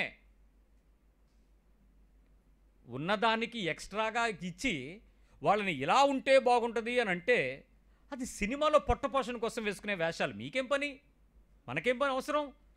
సో ఉన్నదాంతో మీరు ఆనందిస్తూ దానికి తగినట్లుగా తయారవటం తప్పు కాదు, కానీ భిన్నంగా తయారైతే మాత్రం ఇట్స్ అ సిన్.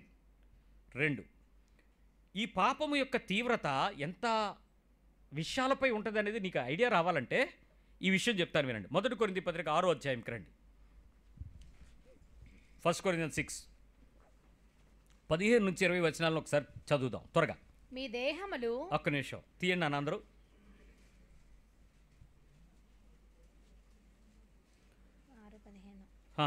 1 కొరింథీ పత్రిక 6వ అధ్యాయము 15వ వచనం నుంచి. మీ దేహములు క్రీస్తునకు అవయవములై ఉన్నవని మీరు ఎరుగరా? మీరు ఎరుగరా? ఇక్కడ క్వశ్చన్ మార్కులు చాలా ఉంటాయి. ఇక్కడ ఎరుగరా అనేటువంటివి ఎక్కడెక్కడ నుంచి వచ్చినాయో ఈ అధ్యాయం అంతా చూసుకుని మీరు ప్రశ్న మార్కు ఉన్నవన్నీ కూడా ఒక హైలైట్ పెన్తో అండర్లైన్ చేయండి. ఈ పత్రికలో 6-7 అధ్యాయాల్లో క్వశ్చన్ మార్కులు ఎక్కడెక్కడ ఉన్నాయో చూసి ఎవ్రీ క్వశ్చన్ మార్క్ ఉన్నటువంటి లాస్ట్ టర్మ్ని అర్థం చేసుకోండి. ప్రతి క్వశ్చన్ మార్కు ఆత్మీయ జీవితంలో నువ్వు బ్రతికి ఉంటే నిన్ను చంపేస్తుంది question mark. Every question is having a wonderful జడ్జిమెంట్కి తీసుకెళ్తుంది నిన్ను. ఇది ఏ వయసులో ఉన్నోడికైనా జరుగుద్ది. చూడండి, ఎరుగరా అంటే ఏమవ్వాలి? మనకి ఎరగాలి. నువ్వు తెలుసుకుని ఐ బిన్ ఇన్ఫార్మ్డ్ అంటే కుదరదు, నువ్వు ఎరగాలి. అది ఏమవుద్దో కాన్సిక్వెన్స్ ఏంటో నీకు తెలియాలి. మీ దేహము క్రీస్తునకు అవయవములై ఉన్నవని మీరు ఎరుగరా? సో మీ దేహములు క్రీస్తునకు అవయవములై ఉన్నారని ఫస్ట్ మీకు ఏమవ్వాలి? ఇప్పుడు మీ బాడీ ఏంటి? ఎవరి యేసు ప్రభువుకి మీ బాడీ ఏంటి? Part of the body. క్రైస్ట్కి బాడీ ఉంది, ఆ బాడీ పేరు చర్చ్ అనే దానిలో మనుషులు ఉంటారు. మనుషులు ఒక్కొక్క పార్ట్, ఒక్కొక్క బాడీ. ఇప్పుడు ఇక్కడ కూర్చుని మీరు ఉన్నారు కదా, మీరందరూ ఒక్కొక్క పార్ట్. ఏ పార్ట్ నాకు తెలీదు. ఒకవేళ నువ్వు విపరీతంగా మాట్లాడేదాన్ని అనుకో, నువ్వు 4వి. ఒక చోట కాలు నిలవకుండా ఇటు అటు తిరుగుతూ ఉంటావు చూడు. పుట్టిల్లు, మెట్టిల్లు, ఫ్రెండ్ ఇల్లు, చుట్టాలిల్లు, సినిమా ఇల్లు, షికారిల్లు, ప్రార్థన ఇల్లు తిరిగిపోతుంది. అది నువ్వు కాలువి, నీ పార్ట్ కాలు. అక్కడ ఫుడ్ బాగుంటుంది, అక్కడ సమోసా బాగుంటుంది, ఇక్కడ టీ బాగుంటుంది, ఇక్కడ సాస్ బాగుంటుంది. నువ్వు 4వి. నీ పార్ట్ ఏదో నీకు తెలుసు, but we all are the part of the body of Christ, right? Number 1. Next, నేను క్రీస్తు యొక్క అవయవములను తీసుకొని, క్రీస్తు అంటే పరిశుద్ధుడైన దేవుని యొక్క పార్ట్లో, బాడీలో పార్ట్లు తీసుకొని వేష యొక్క అవయవములుగా చేయుదునా? అంటే ఏంటి? అమ్మడానికి, చూడడానికి, నటించడానికి, శరీర కోరికలను కామతృప్తంగా ప్రేరేపించడానికి, అవతల వ్యక్తులను ఆకర్షించడానికి పరిశుద్ధమైన పార్ట్లు తీసుకుని అపవిత్రమైన పనులు చేయొచ్చా? అలాంటి పనులు మనం చేయొచ్చా? మీరు అలాంటి అవయవాలుగా యాశాలేసి, ఏది వెనకాతలంతా కిటికీ, ముందంతా ఖాళీ, ఒకవైపు కప్పి ఒకవైపు వదిలేసి, ఏది కప్పాలో ఏది ఇప్పాలో తెలియక, చీకట్లో జరగాల్సినవి వెలుతురులో చూపించి, తెల్లారిగిస్తే ఫేస్బుక్ నిండా ఫోటోలు, నీ వాట్సాప్ స్టేటస్లంతా నువ్వు కుర్చీని 4 పక్కలు కూర్చొని 4 ఫోటోలు తీసి పెట్టిందని ఏమనాలా? 4 కాళ్ళువా నువ్వు? ఒక కాల్ దగ్గర ఒక ఫోటో, ఇడిచి ఈ మూల ఒక ఫోటో, ఈ ఫోటో. నేను చాలాసేపు ఆలోచించి ఏం 4 ఫోటోలు డిఫరెన్స్ ఏంట్రా అని అంటే, same body, same makeup, same hair cutting, same కుర్చీకి 4 యాంగిల్లో 4 ఫోటోలు. ఏంటి నీ కోరిక? నీ వాట్సాప్ స్టేటస్ ఎవడో చూడాలని ఎవడాడు? నీ కోపం వచ్చింది కదా, నువ్వు నా చెల్లివి అయినా నేను తిట్టగలను. నేను నీకు రాదా? ధన్యురాలు, చెవులు పోయినాయి. అది ఎంత మాత్రము తగదు. అక్కడ ఉంది వచ్చిన చూడండి, అది ఎంత మాత్రమును తగదు అంటే కుదరదు. వేశ్యతో కలుసుకునేవాడు దానితో ఏకదేహమై ఉన్నాడని మీరు ఎరుగరా? వారిద్దరూ ఏక శరీరమై ఉందురు అని. వేశ్యతో కలుసుకున్నవాడు దాంతో ఏమవుతాడంట? ఏకదేహమై ఉన్నాడని మీరు ఎరుగరా? అంటే ఒక బాడీలో నుంచి ఒక పార్ట్ని తీసుకెళ్ళి వేశ్య కలిపితే ఏమవుతుంది? వేశ్యతో కలిసి పాడి అయిపోద్ది, వ్యభిచారితో కలిసి పాడి అయిపోద్ది. వ్యాపారం చేసుకుంటున్న ఒక శరీరధారి బలహీనతతో పరిశుద్ధంగా బతకాల్సిన జీవితాన్ని వదిలేసి నడి రోడ్డు మీద బజారు పనులు చేస్తున్న పరిస్థితుల మధ్యలో ఉన్నటువంటి ఒక శరీరం అవుతుందని చెప్తున్నాడు. ఇంకా వారిద్దరూ ఏక శరీరమై ఉందురని మోషే చెప్పుచున్నాడు కదా, అటువలే ప్రభువుతో కలుసుకునేవాడు ఆయనతో ఏకాత్మై ఉన్నాడు. చక్కటి మాట. ప్రభువుతో కలుసుకునేవాడు ఏమవుతాడు? దేవుని సంబంధి పరిశుద్ధుడిగా మారతాడు, ఏకాత్మగా మారతాడు. నేను దేవుని మనసుతో కలిగి ఉన్నానా? దేవుని కృపను పొందుతాను. దేవుని శరీరంతో కలుసుకున్నట్టు పరిశుద్ధతలో వెళ్తున్నానా? పరిశుద్ధుడు అవుతాను. వేశ్యతో కలుసుకుంటే వేశ్యనవుతాను. జారత్వమునకు దూరముగా పారిపోవుడి. పోవడం కాదు, పారిపోవాలి. జారత్వమునకు దూరముగా పారిపోవుడి. ఎందుకో తెలుసా? ఎందుకు పారిపోవాలి తెలుసా? జారత్వానికి నువ్వు పారిపోకపోతే అది నిన్ను పరిగెత్తుకుంటూ వెనకాల వచ్చి పట్టుకుంటుంది, నిన్ను కౌగిలించుకుంటుంది. నిన్ను ఫ్రంట్ నుంచి ముద్దు పెట్టుకోదు, అది వెనక నుంచి పట్టుకుంటుంది. ఒక్కసారి వెనక నుంచి పట్టుకుంటే ఇంక నువ్వు ఎక్కడికి వెళ్ళడానికి అవ్వదు. ఎందుకంటే అది నిన్ను బంధిస్తుంది. నువ్వు ముందుకెళ్ళినా నీతో పాటు వస్తుంది అది. సో నువ్వు ఎదురుగా వస్తే తప్పుకుంటావు, కానీ వెనక నుంచి వస్తే తెలియకుండా జారిపోతావు. కాబట్టి వెనక నుంచి వస్తే నువ్వు పారిపో. మనుష్యుడు చేయు ప్రతి పాపమును, ఇక్కడ అసలు విషయం ఉంది. మనుషుడు చేయు ప్రతి పాపము దేహమునకు వెలుపల ఉన్నది. చెక్ చేసుకోండి. ఇప్పుడు మీరు ఏ పాపం చేసినా అది ఎక్కడుందో. అబద్ధం ఆడారు, ఎక్కడుంది అబద్ధం? మీ బాడీలో ఉందా, బయట ఉందా? బయటికి వెళ్ళింది. దొంగతనం బయట ఉందా, లోపల ఉందా? బయట ఉంది. అబద్ధ సాక్ష్యం బయట ఉందా, లోపల ఉందా? బయట ఉంది. మీరు ఏ పాప, అమ్మ నాన్నని దూషించారు, బయట జరిగిందా, లోపల జరిగిందా? బయట జరిగింది. మీరు ఏ పాపమైనా చేయండి, బైబిల్లో చెప్పబడినటువంటి సుమారు 8,000 పాపాలు ఉన్నాయి. 8,000 పాపాలు శరీరం బయట జరుగుతాయి, విత్ బాడీ అవుట్ సైడ్ జరుగుతాయి. కానీ ఈ ఒక్క పాపము చదవండి. కానీ జారత్వము చేయువాడు తన సొంత శరీరమునకు హానికరముగా పాపము చేయుచున్నాడు. జారత్వం చేసేవాడు ఎక్కడ చేయబోతున్నాడు? మరి ఇప్పుడు ప్రతి పాపము బయట జరుగుతుంది, కానీ ఈ జారత్వము లేక ఈ వ్యభిచారం అనేటువంటిది జరిగేది ఎక్కడ జరుగుతుందో తెలుసా? శరీరము లోపల జరుగుతుంది. మిగిలినవన్నీ బయట, కానీ ఇది మాత్రం లోపల జరుగుతుంది. మీ దేహము దేవుని వలన మీకు అనుగ్రహింపబడి మీలో ఉన్న పరిశుద్ధాత్మక ఆలయమై ఉన్నదని మీరు ఎరుగరా? అసలు మీరు తెలుసుకో, మళ్ళీ ఎరుగరా అన్నాడు. అంటే ఏమవ్వాలి ఇప్పుడు? మీ బాడీ పార్ట్లు దేవునివని తెలియాలి ఫస్ట్. రెండోది temple, living temple for Holy Ghost, పరిశుద్ధాత్మ దేవుడు నివాసం ఉండడానికి కావలసిన ఒక పరిశుద్ధమైన ఆలయం. పరిశుద్ధాత్మ దేవుడు అపరిశుద్ధులతో నిలబడగలడు, అపరిశుద్ధమైన శరీరాలలో జీవించగలడు, అపరిశుద్ధమైన ఆలోచన తలంపులు కలిగిన వ్యక్తుల మధ్య కూడా ఉండగలడు. కానీ నువ్వు తెలుసుకోవలసింది, అలాంటి పరిశుద్ధుడుకు నా అపవిత్రమైనటువంటి ఆలయంగా నా శరీరం ఉండకూడదు అని తెలియాలి. ఆస్కారం అవ్వకూడదు, దానిని అలో చెయ్యకూడదు, దానిని నేను ఖచ్చితంగా పరిశుద్ధంగానే సిద్ధపరిచి ఉంచాలి. నీ నోరు చేసినా, నీ శరీరం చేసినా, వ్యభిచార సంబంధమైన ఏ పని చేసినా అది శరీరం లోపల జరుగుతుంది ఈ పాపం. కాబట్టి బాడీ లోపలికి బాడీ ఎంటర్ అవుతున్నటువంటి ఈ పాపము పరిశుద్ధాత్మ దేవునికి ఏ రకంగా కూడా ఆటంకం కలిగించడానికి నీ బాడీ వాడకూడదు. ఇంకా మీరు మీ సొత్తు కాదు, విలువ పెట్టి కొనబడిన వారు కనుక మీ దేహంతో దేవుని మహిమపరచుడి. మీ దేహంతో ఏం చేయాలి? దేవుణ్ణి మహిమపరచాలి. ఇప్పుడు నా దేహం అంతా దేవుని మహిమపరచాలి అని అంటే కొంత పార్ట్ కూడా వేశ్యతో కలవకూడదు, కొంత పార్ట్ కూడా శరీరాన్ని ఇతరులతో కలవకూడదు. ఏ రకంగా కూడా నా ఆలోచనలలో దానిని కలపకూడదు, ఏ రకంగా నా కన్నులతో దానిని కలపకూడదు, ఏ రకంగా నా మాటలతో దాన్ని కలపకూడదు, ఏ రకంగా స్పర్శలతో దానిని కలపకూడదు. ఏ రకంగా మూవీస్తో దాన్ని, సినిమాలతో దాన్ని కలపకూడదు. ఏ రకంగా దానిని పోర్నోగ్రఫీతో కలపకూడదు. ఏ రకంగా బూతు సాహిత్యం చదవడంతో కలపకూడదు. ఏ రకంగా అక్రమ సంబంధమైనటువంటి పద్ధతులను అనుమతించేటట్టు కలపకూడదు. ఏ రకంగా అవతల పరిస్థితులు ఏమైనా అయినా పర్వాలేదనే దాన్ని తీసుకొచ్చి కలపకూడదు. ఎందుకంటే నా దేహం ఎవరిది? విలువ పెట్టి కొనబడింది. కాబట్టి కొనబడినటువంటి నా శరీరం ఎవరిది? దేవుంది. కాబట్టి నేను ఎవరిని మహింపరచాలి? ఈ పరిస్థితుల్లో మీరు బాగా అర్థం చేసుకోవాల్సిన విషయం ఏంటంటే, యవ్వనస్తులు ముఖ్యంగా, చాలా యవ్వనస్తులు యవ్వన కాలంలో మీ శరీరము దేవునికి ఆలయంగా మార్చారనుకోండి, మీ జీవితంలో దేవుని యొక్క బలమైన పాత్రలుగా, పరిశుద్ధమైన అనేక విలువైనటువంటి జీవితాలకు సాక్షిగా మీరు ఉండాలని మీరు కోరుకుంటే, ఫస్ట్ మీరు ఓవర్కమ్ చేయాల్సింది ఏంటో తెలుసా? Sexual sin.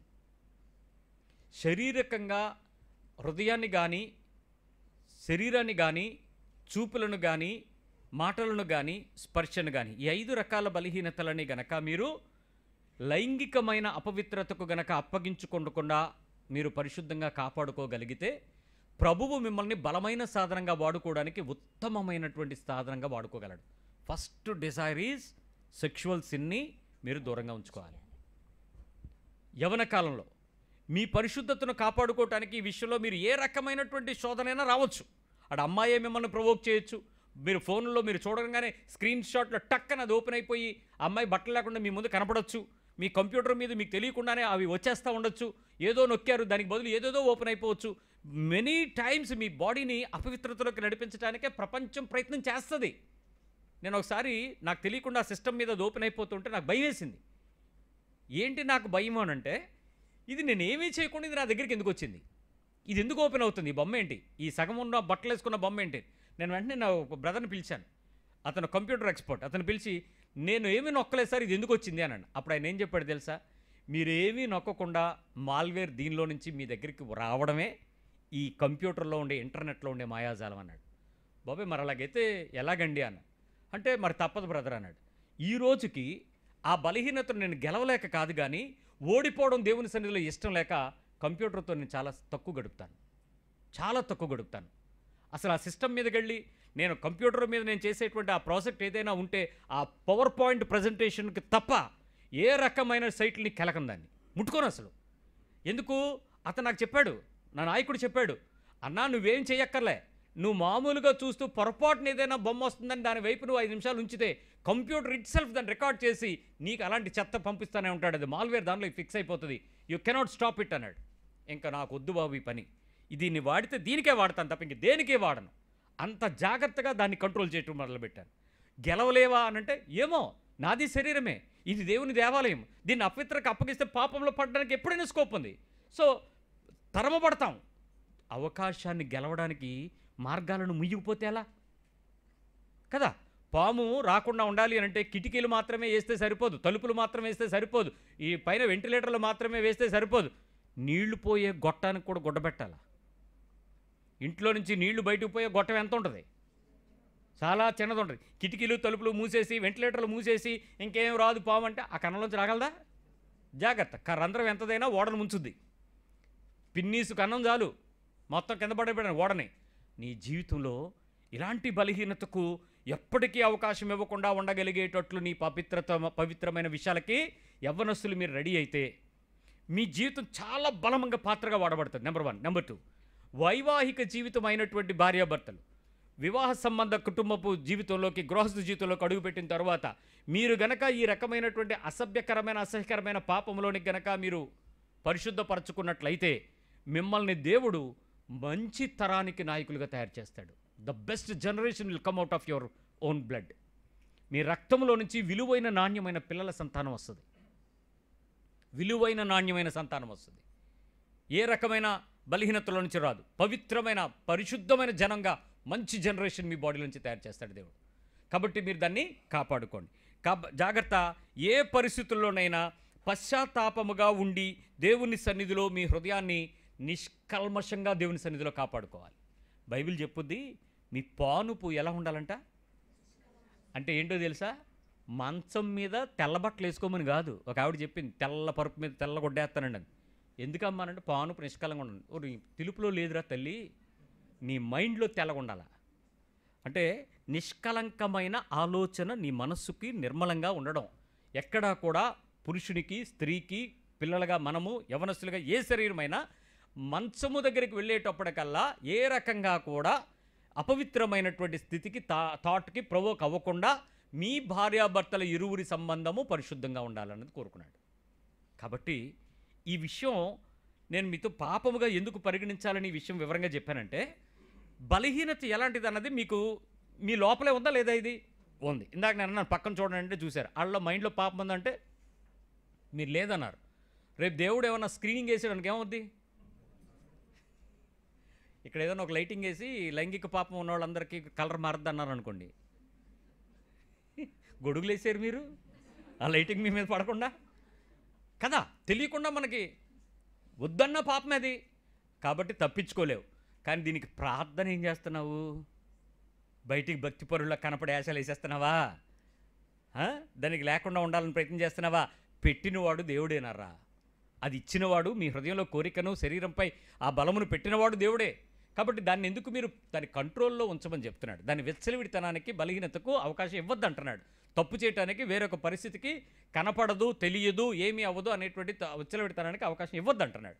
కాబట్టి జాగ్రత్తగా, పరిశుద్ధంగా మీ హృదయాన్ని, మీ తలంపులను, మీ మనసును, మీ చూపులను, మీ చేతలను పరిశుద్ధంగా కాపాడుకుని ప్రార్థన సరిగ్గా చేసుకోండి. శోధించబడే ప్రార్థన చేయకండి. ప్రభువా ఈ ఒక్కసారి అమ్మాయిని సెట్ చేయి, ప్రభువా ఎలాగొకలాగా ఈ లవ్ సక్సెస్ అయిపోవాలి. ఇవన్నీ పాప ప్రార్థనలే. మీరు కూడా ప్రభువా పాస్టర్ గారు ఈ అమ్మాయి మాకు నచ్చిందండి, ముక్కు పొడవుగా ఉంది, తెల్లగా ఉంది, ఎలాగైనా మరి మీరు ప్రార్థన చేసి ఓకే చేయించండి. నేను ప్రార్థన చేయడం ఏంటి, మీరు ఓకే చేయడం ఏంటి? మీరు అందాన్ని ప్రేమిస్తున్నారు, వ్యక్తిని ప్రేమిస్తున్నారు, శరీరాన్ని ప్రేమిస్తున్నారు.